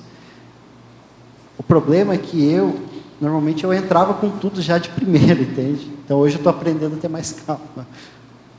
O efeito está sendo mais positivo porque eu não estou espantando as pessoas. Você deixa a pessoa ter a vivência, não é isso? A vivência, a experiência dela. Professor, no verbete do DAC, poderia ampliar com formaticologia no introdutório? Eu digo aqui o seguinte, a meridade formal, que é o locus a menos, importa em particular ao conteúdo forte do texto, a fim de não assustar o passarinho, ou seja, o leitor ou a leitora. Assim nasce a razão da existência funcional dos bordões da conscienciologia. Entretanto, importa observar, tal texto pode ser mera literatice, em função da vaguidão conteudística. Então, aqui eu me bato muito, e esse verbete a gente está abordando, é o conteúdo, é a essência da mensagem. Então, o resto é a emolduragem, é a moldura, é a aparência, é a apresentação, é a roupa, é a vestimenta. O negócio nosso é pegar o cerne, aquilo que é o essencial, Então, essa é a essência que eu me bato aqui pela situação. Agora, para isso, a gente tem que saber quais as palavras que usa, como é que é o conjunto da apresentação da ideia, e por aí vai. Agora, professor Paulo, essa senhora aqui é de Brusque, em Santa Catarina. Professor Paulo, é admirável o seu movimento de continuidade e de saber levar de eito várias atividades ao mesmo tempo, com qualidade e resultados bem expressivos, como trabalho, doutorado, escrita, voluntariado, dupla, dentre outros. Por outro lado, tenho acompanhado muitos inversores dentro da própria CCCI, que têm formação, entendem da importância do desempenho dessas atividades no seu processo evolutivo, mas não conseguem fazer, no mínimo, 2 atividades ao mesmo tempo. O que você acha que acontece? O que se pode ajudar? Por que não consegue ter esse estofo energético maior, uma vez que, pela lógica, eles têm um curso intermissivo mais atualizados e de ponta? Isso é que é pergunta, hein? Essa pergunta aí é uma pergunta cretina, né? Veio diretamente de Brusque, em Santa Catarina. Deu uma brusquidão na ideia de vocês. E essa é uma pergunta que eu me faço, sempre. Porque eu vejo assim, o quanto que eu tive de dificuldade para me posicionar. E tem pessoas que o negócio parece que está tudo mais limpo, mais tranquilo. Aí a pessoa vai levando o voluntariado de qualquer jeito, daqui a pouco desanda tudo. Entende? Poxa, mas a pessoa já tem traços pessoais. Para mim fica claro assim, os traços que a pessoa tem. Então, é uma pergunta difícil de responder, mas para mim fica claro assim. Fica claro uma pergunta que eu não posso generalizar. Qual o nível de curso intermissivo dessa pessoa? Até que ponto ela realmente fez o curso intermissivo? E até que ponto ela já conseguiu fazer isso que eu fiz de superar o porão consciencial? Às vezes está reprimido. Olha, ainda existe aquele outro aspecto. A pessoa falou que fez curso, mas não fez nada. Não fez nada. Agora, outra aqui para você, o verbetógrafo. Qual a sua percepção de uma pessoa que guia assistência intrafísica ao megafoco médico e neurológico? No entanto, as suas projeções semilúcidas têm experiências completamente diversas e diferentes do seu foco intrafísico, embora as experiências não sejam necessariamente ruins. Ele poderia estar colocando seu foco errado no intrafísico? Pode repetir, que eu pensei que era para você. Não, o negócio é para você. Eu falei verbetógrafo. Deixa eu repetir, presta atenção. O problema todo é o seguinte, a pessoa, por exemplo, ela está se dedicando à área da saúde, mas ela tem processo extrafísico com focos em outras áreas. Ela acha que essas outras áreas não são tão ruins. Então, ela pergunta o seguinte, o foco dela intrafisicamente está errado? Não, isso é uma bobagem, não está. Se ela está na área da saúde, é melhor ela ficar, porque é onde ela pode ajudar mais gente. Agora, é preciso de ver o que é esse outro foco extrafísico, que a pessoa aqui não está explicando. Pergunta para ela se ela já escreveu um livro, por exemplo. O professor Valdo, ele falou já no 700 Experimento que no início, o jovem ele precisa dedicar 75% da sua vida para a fase intrafísica. E depois esse percentual vai mudando. Depois a dedicação dela vai mudar, vai ser 25% só para o intrafísico. Mas isso é com o tempo, ela tem que construir isso. Se ela trabalhar bem com o parapsiquismo, a hora que ela chegar na terceira idade, ela começa a ter lembrança das comunex evoluídas. Aí a vida humana muda tudo e ela pode trabalhar mais com mental soma. Agora sim, professor Valdo, eu vejo que eu trabalhei muito tempo muito tempo não, mas uns 2, 3 anos num hospital lá, o Hospital Universitário de Florianópolis. Eu passava nos corredores, mesmo não tendo nada a ver com a área da saúde, em termos de profissão, que eu sou da área da computação, eu passava exteriorizando energia, às vezes eu assimilava. Primeiros 6 meses eu tinha que ir para casa dormir, eu não sabia o que era. Quer dizer, eu sabia, né? Mas eu não sabia onde que eu assimilei aquelas energias ou consciências extrafísicas. Então, Poxa, por mais que ela tenha uma profissão na área da saúde, bota energia e começa a fazer assistência lá no dia a dia dela. Ah, eu sou, por exemplo, enfermeiro. Pô, coloca mais energia no seu trabalho, assimila mais as energias, depois faz uma desassimilação. Na verdade, usa essa profissão como pano de fundo para você qualificar o seu parapsiquismo. Não é porque só lá, quando você se aposentar, você vai priorizar a multidimensionalidade. Se você já tem uma tendência a ser assistencial, começa agora. Não espera, sei lá, vir um amparador e falar para você.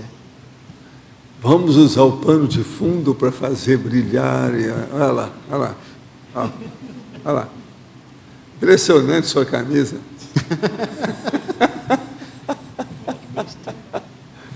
Não é engraçado como é que pisca o tempo todo lá? Fica. Não, lá é que é bom, aquilo é mais claro, olha lá. Não tem nada a ver com isso. Gente, olha só, é um show que ele está dando com a camisa. É energia.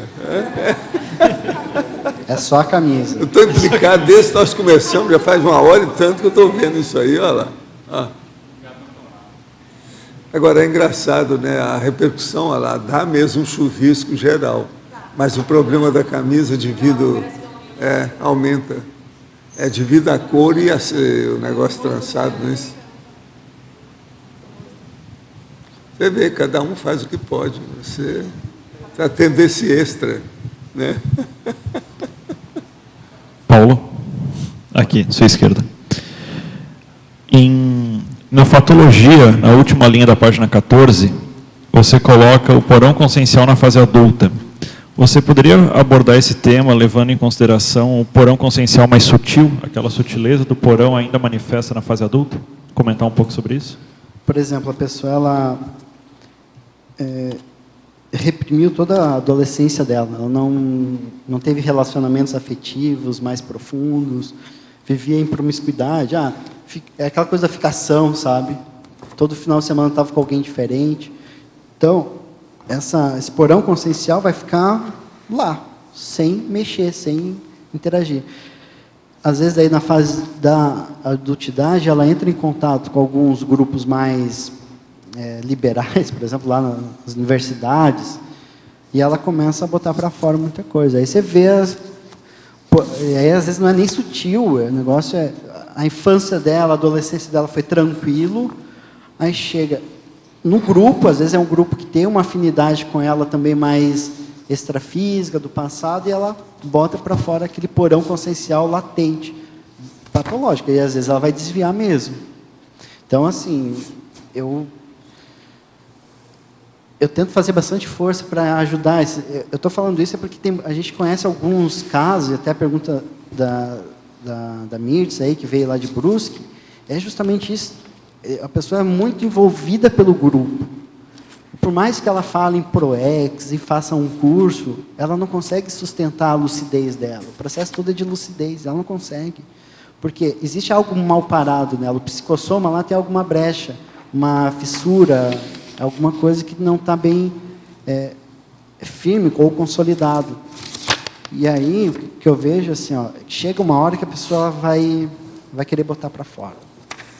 De alguma forma, ela quer expor. Poxa, mas existe maneiras sadias de você fazer isso. Por exemplo, procurar um psicólogo, né? Às vezes o negócio está tão crítico. Poxa, procura um psicólogo para você falar das suas emoções. Às vezes a pessoa tem dificuldade de chorar. Ou às vezes tem muita facilidade. Então, ela tem que regular isso. Não adianta reprimir. Então, às vezes, isso é porão consciencial, porque a pessoa tem alguns traços ali que ela vai sustentando, segurando, às vezes até por um processo de rigidez dela. Não, tem que ser desse jeito. E às vezes nem está relacionado à INVEX, às vezes está relacionado ao próprio grupo familiar dela. E ela precisa manter aquele padrão. Aí chega num grupo que é tudo liberal, tudo deixa a vida me levar, e a pessoa desanda, entende? Então, o que eu vejo de mais sério é a pessoa procurar uma ajuda, né? E algo que eu gosto muito, assim, que eu acho que é uma dica para os teletertulianos, é a pessoa ter pessoas que ela possa conversar sobre isso. E às vezes não é alguém da família, às vezes é alguém do voluntariado, em que leve a pessoa para uma maturidade maior. Às vezes a pessoa já tem uma experiência de vida maior, ela já passou pelaquilo, e aí você vai trocando figurinhas com a pessoa. Olha, isso vai dar nisso. No meu caso foi assim, entende? No teu verbete, na página 15, por favor, em tecnologia, você trouxe aqui para nós a teoriologia, as teorias da reeducação da consciência. A minha pergunta é na linha do que o Felipe perguntou, só que com um detalhe. Eu queria a tua experiência no sentido de como abordar, por exemplo, o tempo todo a gente está encontrando pessoas, possíveis inversores. Então, qual a melhor forma do reciclante, não do inversor, fazer uma abordagem que muitas vezes precisa ser pontual, precisa ser rápida, é naquele momento, não vai ter mais tempo para uma conversa, para um bate-papo, uma abordagem pontual, sem pesar muito, né, e sem deixar de falar também, sem ser omisso e sem carregar muito nas tintas, para que aquela abordagem possa servir lá como uma semente ou como algo para um inversor ou possível inversor ficar pensando e analisando aí as possibilidades futuras. Tá. Eu vejo assim, que o reciclante ele tem que valorizar a condição dele de reciclante. Ok. E ele tem que, e para ele tem que estar claro o que ele perdeu e o que ele ganhou com a Resex. Então, e outra coisa, é chegar no mesmo nível. Não é? Ah, olha, sim, eu já passei por isso, não sei o quê, dando uma de pai ou de mãe, entende? Entendi. Cara, isso aí você não vai acessar ninguém. Você tem que trazer, abordar isso, mas de uma forma que seja no mesmo... Poxa, você já foi uma pessoa de 17 anos, você está conversando com uma pessoa de 17, então você vai ter que voltar lá àquela condição. Isso é um parapsicodrama, pode ser, entende? Pra se colocar no mesmo padrão da pessoa para ela ter alguma forma de pensar diferente, de depois você fazer o contraponto. Ou seja, uma abordagem de igual para igual, conversando da melhor forma possível dentro daquela situação, contexto aí. Sem complacência, né? Que eu acho que é um negócio que às vezes a gente tem dificuldade, pelo menos eu vejo algumas pessoas, tudo elas entendem, eu já passei por isso, tal. Entende? Não, mas é sem complacência, sem... Você está trazendo um ponto da sua intraconsciencialidade com objetivo de assistência, não só com objetivo de consolar. Sim. Você sabe o alcance daquilo. Eu sei que eu estou trazendo isso para depois entrar com a TARES. Entendi. Obrigada. Professor, participo de uma ordem de magia do caos. Essa é braba, hein? Gostaria de saber como ser infiltrado da mesma maneira que o senhor foi dentro do Espiritismo. Olha, o problema é você ficar lá enquanto você estiver fazendo assistência. Se aquilo é produtivo do ponto de vista evolutivo, vale a pena. Outra coisa, se na hora que você vê que a tarefa do esclarecimento não está sendo feita naquele nível que precisa, o melhor é você procurar outro ambiente. Agora, se essa sua ordem é magia do caos, eu estou procurando ver se acha alguma coisa positiva nisso. Está difícil de pensar, hein? Eu não sei o que tem aí. Urubucé não é bem o que é isso. Magia do caos deve ser quando o Aleister Crowley. É os negócios de psiquiatria, isso aí, precisa de ver com calma. Eu não sei como é que se traça isso aí. Eu nunca ouvi falar nesse negócio de magia do caos. Eu já vi tudo quanto tipo de magia. Vocês já ouviram? Não. Agora, professor Paulo, o senhor considera a mídia uma entidade mega assediadora coletiva? O poder de persuasão e controle à mente dos jovens é inegável, uma vez que ela tem a capacidade de induzi-los a novos comportamentos, manias e objetivos negativos. Você poderia comentar sobre o assunto? Não tem nem o que falar, né? A mídia ela influencia diretamente. Por exemplo, Big Brother Brasil é um sucesso nacional, né? Agora, olha só, vamos pensar para o lado da internet. A internet ele pode ter dois sentidos, né? Pode ser positivo porque a pessoa vai atrás de muita informação, de muito conhecimento, mas também pode aflorar traços dela mais imaturos, por exemplo, tem a questão da pornografia, tem questões de misticismo, entende? Então, às vezes, a pessoa vai até desviar. Com certeza, existe uma influência muito grande da mídia, e se a gente parar para pensar, a mídia ela é feita por quê? Qual o objetivo dela? Para fazer entretenimento nas pessoas, não é com o objetivo de reeducar, de esclarecer. Então, por exemplo, eu vejo que, por exemplo, na minha infância, eu deixava de estudar para ver televisão. E em alguns momentos eu sabia, não, eu tenho que estudar, vai ser importante para mim, mas eu tinha autocorrupção, sabe? Então eu via lá aqueles filminhos, aquelas coisas, consolidava a minha condição, minha inércia evolutiva. Agora, quando eu sabia que eu precisava de algo mais avançado, eu abria a mão disso e começava a estudar. A questão toda que eu vejo é de lucidez. O jovem ele precisa investir mais na sua carreira profissional, mas também na interassistencialidade. Se você começar a se nivelar por cima, você vai abrir mão dessa mídia. Professor Paulo, a INVEX, então, seria para a pessoa acordar no caso de estar fora do que se comprometeu com a sua intermissão? Seria uma ajuda dos amparadores para a pessoa não se perder no meio do caminho?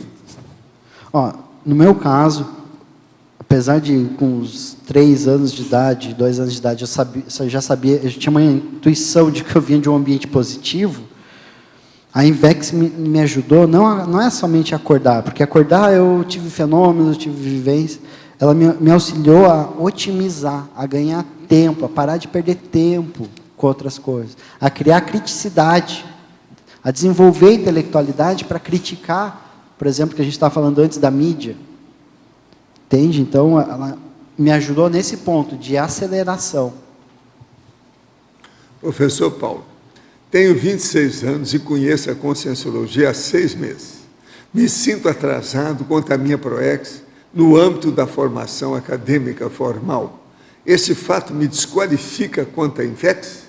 Até que ponto o cumprimento da PROEX é uma corrida contra o tempo? É uma corrida contra Primeira você. coisa não é cumprimento, é cumprimento. É uma corrida contra você mesmo. Então, olha só, se você já está sentindo dificuldade com relação ao seu curso, você está perdendo tempo, você está atrasado, sim. Agora, isso não quer dizer que você não vai superar isso. A questão é, você vai ficar no problema ou vai ficar na solução? Eu, por exemplo, depois que eu me formei na graduação, eu queria fazer mestrado, só que eu fiquei postergando, fiquei enrolando. Até uma hora que eu cheguei, não, Paulo, chega de autocorrupção, vamos se auto-enfrentar. Esse é um gargalo que eu quero enfrentar, porque vai desenvolver minha intelectualidade. Entende? Então, você está perdendo tempo. Perdeu, ok. Já tá, o diagnóstico já está feito. Agora, a questão é, que tipo de atitude você vai tomar hoje, já, para conseguir adquirir aí um êxito na sua programação de vida? Por exemplo, quando eu morava lá em Tubarão, conversava muito com meu irmão, e ele falava assim, eu não sei se ele... O irmão que você está falando é esse aí? É o Sam. Eu tenho uma irmã, mas não. Ele falava muito assim, faz plano A, B, C, D e E. Mas eu não sabia se ele entendia o alcance do que ele estava falando para mim. Porque eu fazia isso. Então eu fazia, eu quero... Plano A, eu quero uma carreira, voluntariado, eu pontuava tudo que eu queria. Plano B, se eu não conseguir o voluntariado, vou fazer cursos, vou viajar, porque onde eu morava não tinha um instituto, entende? Então, você vai ter que fazer um planejamento e seguir esse planejamento. Hoje eu faço isso com mais naturalidade. Todo final de ano eu tenho lá minhas metas, vou dando o ok que eu já consegui, e no próximo ano eu vejo, quais são as coisas novas? E aí você se dá um presente de Natal para você. Mas escuta, seria bom a gente acrescentar uma coisa aí para essa pessoa. É o seguinte, ele está com 26 anos, todo mundo está vivendo 100 anos. O meu amigo, eu estava olhando aqui, até o processo dele na internet, ele está com 110 anos. Ele era bilionário, perdeu todo o dinheiro aplicando na Bolsa, lá em New York. Agora ele está vivendo o restinho que sobrou lá num dos imóveis dele, que ficou da mulher dele. Agora tem muitos desses fundos assistenciais que estão ajudando a ele, porque ele ajudou muita gente durante a vida. Agora o povo está ajudando a ele. Tem tudo aqui na internet, vocês pegaram, que é o Dr. Emmett, Alexander Emmett. Ele é um judeu, meu amigo, ó, muitos anos, tem 30 anos mais velho que eu. Ele está com 110 anos agora. Esse material deles aí faz 5 anos que ele deu para um jornal especial. Então, veja, as pessoas estão vivendo 100 anos. Só agora, nesse início de ano, eu vi 2 pessoas, uma com 40 e poucos e a outra com 50 e poucos, que estão voltando à universidade para fazer um outro curso. Então, você veja bem, tem uma delas que virou para mim e falou assim, não, Walter, a gente já está vivendo mesmo, uma opção de gente 100 anos. Eu já vivi 50, agora eu vou viver com outra profissão, os outros 50. Eu falei assim, olha, eu assino embaixo tudo isso e desejo good luck, né? Que você vá em frente com a situação. Então, seria bom pensar nisso. 26 é apenas um quarto de 100 anos. Só deixa eu comentar que a minha duplista também, ela está com 29 anos, ela entrou esse ano na faculdade, só que vai ser no meio do ano, na Universidade Federal. Entende? Então, 29 anos, está correndo atrás. Sei, mas eu fui fazer curso de pós-graduação no Japão com 34, eu acho que eu ganhei de você. Agora aqui, Paulo, em Sindromologia, página 16. Poderia falar sobre a síndrome do estrangeiro, SEST? Eu fui inversor dos 24 aos 26 anos, só não pratiquei Intivex quando adolescente em função da SEST. Hoje sou reciclante teaticamente. Bom, síndrome do estrangeiro, né? Existe um problema muito grande da síndrome de estrangeiro, que é a falta de adaptação à mesologia, à família. Então, assim, mais sério, você ainda sente a influência dessa síndrome do estrangeiro? Pô, você já aplicou Invex, agora está reciclando. Você ainda sente algum efeito disso?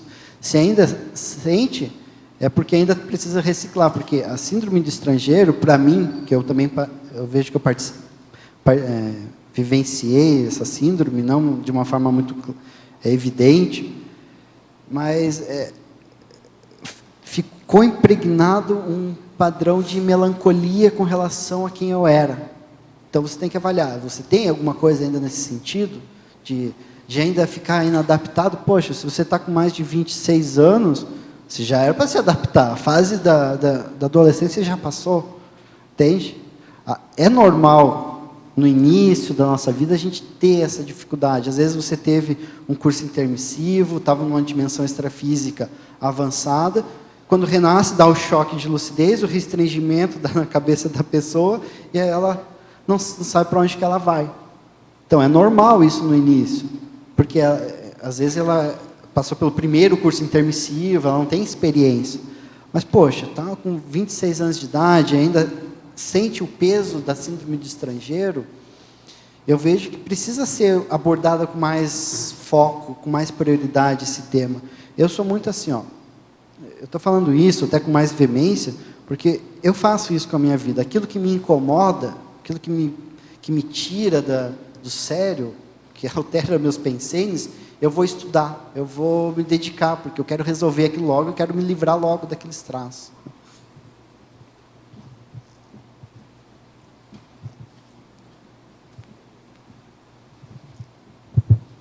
Aí tem a professora Malo, que está aqui, que pode falar com mais autoridade. Né? É a síndrome do estrangeiro, SEST.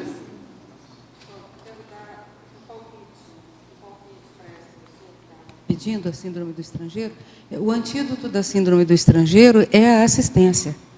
Então, não tem outra saída, porque como é um processo egóico, de reclamação, de queixume, de lamento, de abstinência do curso intermissivo, embora seja abstinência de uma coisa positiva, mais positiva ainda é a pessoa vir para cá e dar de cara com as pendências que ela deixou para trás, que, na verdade, foram os mesmos motivos pelos quais ela foi parar no curso intermissivo. É um paradoxo, né? Você vai parar no curso intermissivo pelos mesmos motivos e problemas que você volta para cá para enfrentar na vida seguinte. Então, a cura real da síndrome do estrangeiro é o interesse real por outras pessoas. E não é o real da realeza, não.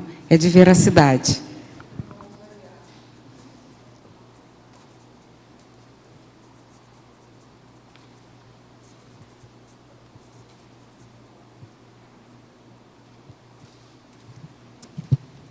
Você é bastante pragmático, né? Quando você na atuação. Esse né? é um trafor que eu tenho. Dá para ver. Você é bem prático, você resolve, né? Então, o que você falaria, então, para um jovem que se diagnosticar agora com uma postura anti-vex? Bem prático. Primeiro, cria um ambiente para você trabalhar com energia, evocar os amparadores e trazer à tona essas posturas, tentar fazer a decodificação, sabe, esmiuçar aquilo, tentar sair daquela condição de... Porque traz uma energia mais densa, às vezes tem assédio, então você vai tentar sair daquela condição limpando as energias. No meu caso, eu apliquei muito aquele laboratório da imobilidade física Vígio para resolver algumas coisas, entende? Então, às vezes, mesmo sem conseguir fazer as 3 horas, fazia 1h30 e saía feliz da vida, resolvido o negócio. Então, vamos para a próxima. Fez o negocinho dele. Negocinho, Agora, você não levou incenso lá para dentro, não? Não, nada disso. Então tá bom.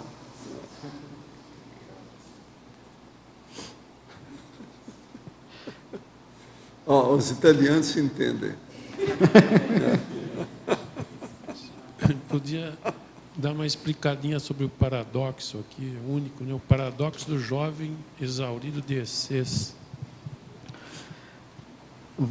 Vamos pegar lá os 700 experimentos como referência, onde o professor Valdo que traz a questão de que até os 35 anos de idade, a consciência ela tem mais energia. As energias vêm do extrafísico, lá do psicossoma, e enche mais o jovem, a pessoa, de energia.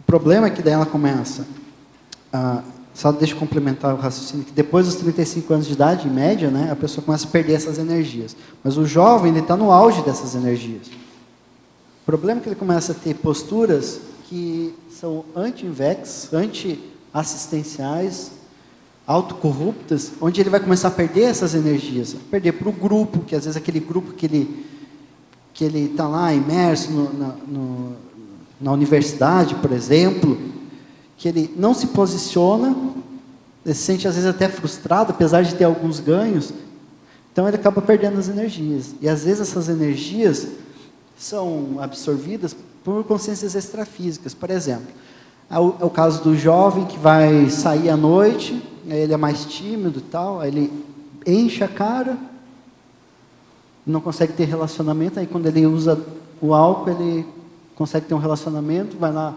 tem um ato sexual de uma hora para outra, sem muita seletividade, às vezes sem usar preservativos. Até que ponto ali aquela relação que ele não está tendo não é um assédio extrafísico? O orgasmo que ele vai ter lá, por exemplo, você acha que ele vai sentir as energias? Não, vai ser vampirizado. Entende? Por mais que ele tenha energia, tá, mas a energia está saindo pelo ralo, não está usando de forma lúcida.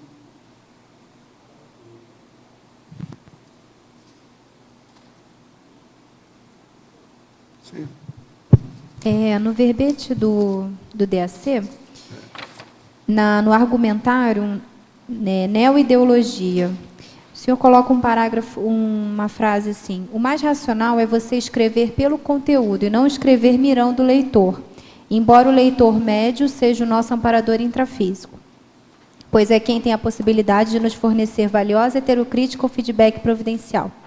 Nesse caso, quando a gente... porque assim, o ideal é que a gente tenha um assunto, né, de ponta e que a gente consiga escrever e que possa assistir bastante por exemplo, as pessoas. O que é que ele fez um verbete, que é o processo da postura anti-invex. Ele já tem uma plateia já ordenada, ele não pode fugir disso. Mas ele escolheu, ele vivenciou o processo. Dele para fora. Ele está perfeito em matéria de conteúdo. Tá. Em primeiro lugar, você tem que olhar e dar valor para o conteúdo. Entende? Então, no caso, vamos supor, eu estou querendo escrever um livro. Então, eu olhar o que eu já tenho de conteúdo prático para eu colocar no papel, para você não mirar no leitor. fornecer para a plateia em geral, mandar para o cosmos aquela ideia que significa uma tarefa de esclarecimento. Você está acrescentando alguma velhinha para esclarecer alguma coisa, iluminar alguma coisa do assunto. Isso é que é o ideal. E aí isso entra em conjunto com o estilo de texto que eu posso escrever. Se ele vai ser com ponto, se ele vai ser um texto corrido. Aí você tem sempre a sua estilologia, o seu estilo, que é você que está se informando, depondo, explicitando, entende? É necessário que você veja para quem vai aquilo. É aí que a gente tem que pensar na plateia. Tá. Você está entendendo? Que é o público-alvo, como a gente chama. Ok. Aí é preciso ver a moldura, para onde você está endereçando aquilo, precisa ver para quem. Então é preciso ver se a sua linguagem está adequada para aquilo, se o nível é condizente com o tema, com o assunto, com o desenvolvimento daquele assunto. E por aí é que vem todas as técnicas que nós já temos, já escrevi um monte disso. A enciclopédia tem muita coisa, sobre, tudo sobre o processo de redaciologia. Sim. Então a pessoa pode ver muito detalhe que tem. Agora, a coisa mais importante que eu acho aí, Flora, é examinar a personalidade sua em relação ao tema e em relação ao seu grupo evolutivo. A tendência da pessoa, mesmo quando ela é inconsciente, ela começa a escrever para o grupo evolutivo que ela tem mais problema. Sempre é assim. Entendeu? Mesmo que a pessoa esteja fora, mesmo que ela está procurando ver com equidistância, com imparcialidade, com isenção, ela está lá dentro. É sempre assim. Você, por exemplo, eu te pergunto, você se considera hoje um inversor ou um reciclante hoje? Inversor. Inversor. Você continua firme na inversão. Ele está coerente com tudo que ele está fazendo. Agora, eu, por exemplo, eu fui inversor até os 42 anos. Depois resolvi casar. Mas tinha meus motivos muito sérios. Aqueles motivos eram superior a uma apresentação social da inversão para mim. Entendeu como é que é? Valdo. Então, a sua pessoa é muito importante. Olha isso em primeiro lugar. Professor Valdo.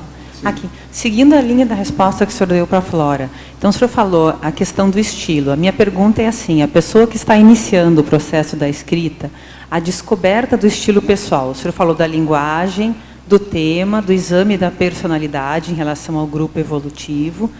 Tem aí todos os estilos que o senhor tem trazido. O que mais dentro do descobrimento, desenvolvimento do estilo pessoal? O que tem que ser chancelado e oficializado na passagem dessa informação? A primeira coisa é você dominar o assunto que você vai expor. Ok. Dominar bem, isso é que interessa.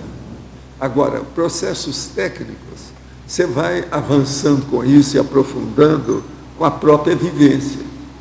Agora, nós temos uma longa série de verbetes da enciclopédia explicando isso tudo. Falando sobre o estilo. É só olhar, tá. Entendeu? Uhum. Beleza, obrigada. Paulo, aqui em cima no ar, nas tuas costas. Você poderia comentar, dentro da análise de que, por exemplo, o curso intermissivo ele é muito recente, é coisa de umas 4 décadas existindo extrafisicamente. Poderíamos dizer que é isso que leva a maioria, né, de grandes pessoas, de grandes consciências, aliás, não, do número maior de consciências, que vem tentando fazer esse processo de inversão, estarem falhando, ficando aí pelo meio do caminho, nessa desistência ou nessa resistência? Tem que perguntar para eles, né, mas eu acho complicado afirmar, trazer uma verdade absoluta. Mas até que ponto não é? Alguma falha que ele desviou e às vezes é de forma consciente. Isso que é o mais chato. Porque às vezes ele sabe que ele tem aquele traço, ele sabe que precisa mudar, mas ele insiste no erro. Entende? Às vezes é uma má intenção que ele tem. Você está sendo muito otimista, não? Assim, considerando quando você afirma que eles, tá certo, têm consciência disso? Será que realmente existe essa consciência aí? Porque se há lucidez nesse processo... É uma consciência relativa, né? Okay. Aquela idade biológica dele. Ok, aí tudo bem, compreensível. Falta vivência parapsíquica, falta assistência, igual a professora Malu trouxe, para superar a síndrome do estrangeiro, entende? Okay. Acho que falta a pessoa sair do umbigo. Mas é o que eu penso. Compreendido. Mas então, Paulo, nós esperamos mais. Agora, quantos verbetes para ele? Uns 100? Vamos ser por aí. E outra coisa, a Invex precisa muito de verbete aqui. Vê se você traz mais, que assim a turma da Invex aparece aqui. Isso é muito importante. É o jeito de atrair essa turma. Entende? Isso aí é que é aquele negócio extra. Como é que chama? Valor agregado. Valor agregado. Os nossos comerciantes, por favor. Obrigado. Hoje tivemos 62 assinaturas no livro de presença, 26 perguntas presenciais e 18 online. Temos os recados da Elizabeth sobre bolsões holopensênicos, a Nilza sobre o Apolônio de Tiana, o Moacir sobre o Laboratório das Dinâmicas, Marta sobre oficina de redação e a Flávia sobre palestra da Evolucim. Agora com vocês, o Fernando com o programa Amigos. Boa tarde a todos. Nosso convite aqui do programa Amigo da Enciclopédia é para todos os teletertulianos e tertulianas aqui presentes, que ainda não é, para se tornar um associado do programa Amigos da Enciclopédia. Todos os recursos arrecadados pelo programa Amigos, que é integralmente patrocinado pelos associados, eles são destinados a, por exemplo, a transmissão diária das tertúlias via internet para todo o planeta, a manutenção desse tertuliário aqui, a um verbete que você recebe diariamente, a impressão, a preparação, a manutenção do holociclo da holoteca, de todo o acervo do holociclo da holoteca. Então, esses recursos são empregados com muito rigor, muita transparência, para a manutenção de toda essa produção da Enciclopédia da Conscienciologia. Então, a gente convida você para se tornar um amigo, basta ligar na recepção do CAEC no 45 3525 2652, você se torna um associado do programa Amigos, renova a sua assinatura, que já foi vencida, né? Está vencida, tá certo? Ou também no site www.enciclopediaconscienciologia.org. Nós agradecemos aí seu apoio. Obrigado. Boa tarde a todos. O nosso convite é pelo CAEC, que convida os tertulianos e teletertulianos a participar, a agregar valor no conhecimento do seu bolsão holopensênico. O curso, ele objetiva a identificação do público-alvo assistencial do pesquisador. Traremos, ampliando um pouco mais a respeito da autolucidez, para ajudar no desenvolvimento da autolucidez sobre as suas interações intergrupais, intrafísicas e extrafísicas. Estarão apresentando vários especialistas com relação a alguns temas como o bolsão da sexualidade, do poder, da monarquia, entre tantos outros. Nós também estaremos abordando técnicas de bioenergéticas, estaremos tratando também, trazendo mais informações a respeito de tecnologias de abordagem interassistenciais. Estão todos convidados, mais informações na recepção do CAEC e também pelo telefone 35 25 26 52. Obrigada.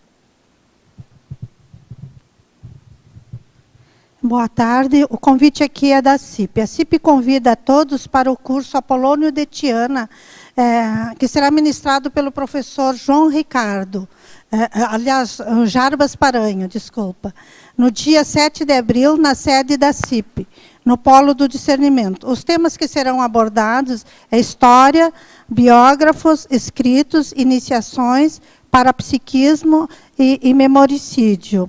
Mais informações pelo telefone 2102-1421 ou pelo e-mail cip@cip.com. Estão todos convidados. Obrigada.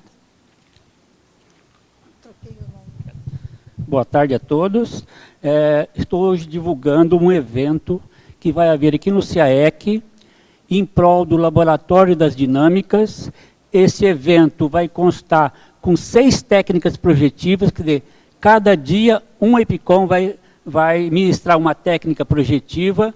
Ela pode ser feita aqui no CAEC e pode ser feita também à distância, quer dizer, na sua casa, no hotel, onde você estiver, você pode também fazer essa técnica projetiva, fazer o rapport aqui com o CAEC, com o EPICOM, no horário das 20 às 22 horas, né, do dia 30 de maio a 4 de junho. Demais informações, pode ligar para telefone 9137-5860 ou então 3526-52, né? Ou então no e-mail moacirg43@gmail.com. Obrigado.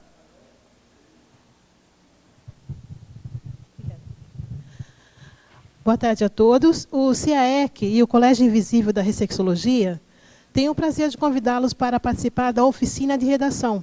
Essa oficina vai trabalhar com um texto no estilo jornalístico e visa fazer a divulgação científica aplicada à Conscienciologia. O objetivo é exercitar a escrita de textos no estilo jornalístico e de divulgação científica para que pesquisadores de qualquer especialidade da Conscienciologia possam fazer a publicação das suas investigações em sites, jornais e também revistas. Essa oficina será no dia 19 de maio, domingo, das 15 às 18 horas, aqui no CIAEC. As informações e inscrições podem ser feitas pelo telefone 3525-2652. Repetindo, 3525-2652. Aguardamos vocês. Obrigada e até lá. Boa tarde a todos. A Evolucim convida a todos a participarem da palestra a importância do exemplarismo familiar no restringimento infantil. Essa palestra ela terá alguns temas, aliás, alguns tópicos, né? Alguns deles abordados serão a questão do porão consciencial, a importância também do processo de recuperação de cons na infância, que é a recuperação da lucidez, né, da consciência nesse período infantil, e também esse processo da educação do exemplarismo familiar. Ok? A palestra ocorrerá amanhã, na sala de Evolucim no Discernimento, às 15 horas. Para quem não puder estar presencialmente, a palestra também será transmitida online pelo site da Evolucim, www.evolucim.com.br, ou através também do link do Facebook. Obrigada e boa tarde. Para amanhã teremos o verbete Desrepressão Docente. A especialidade é para pedagogia, de autoria do professor Gabriel Lara. Obrigado pela sua presença e até amanhã.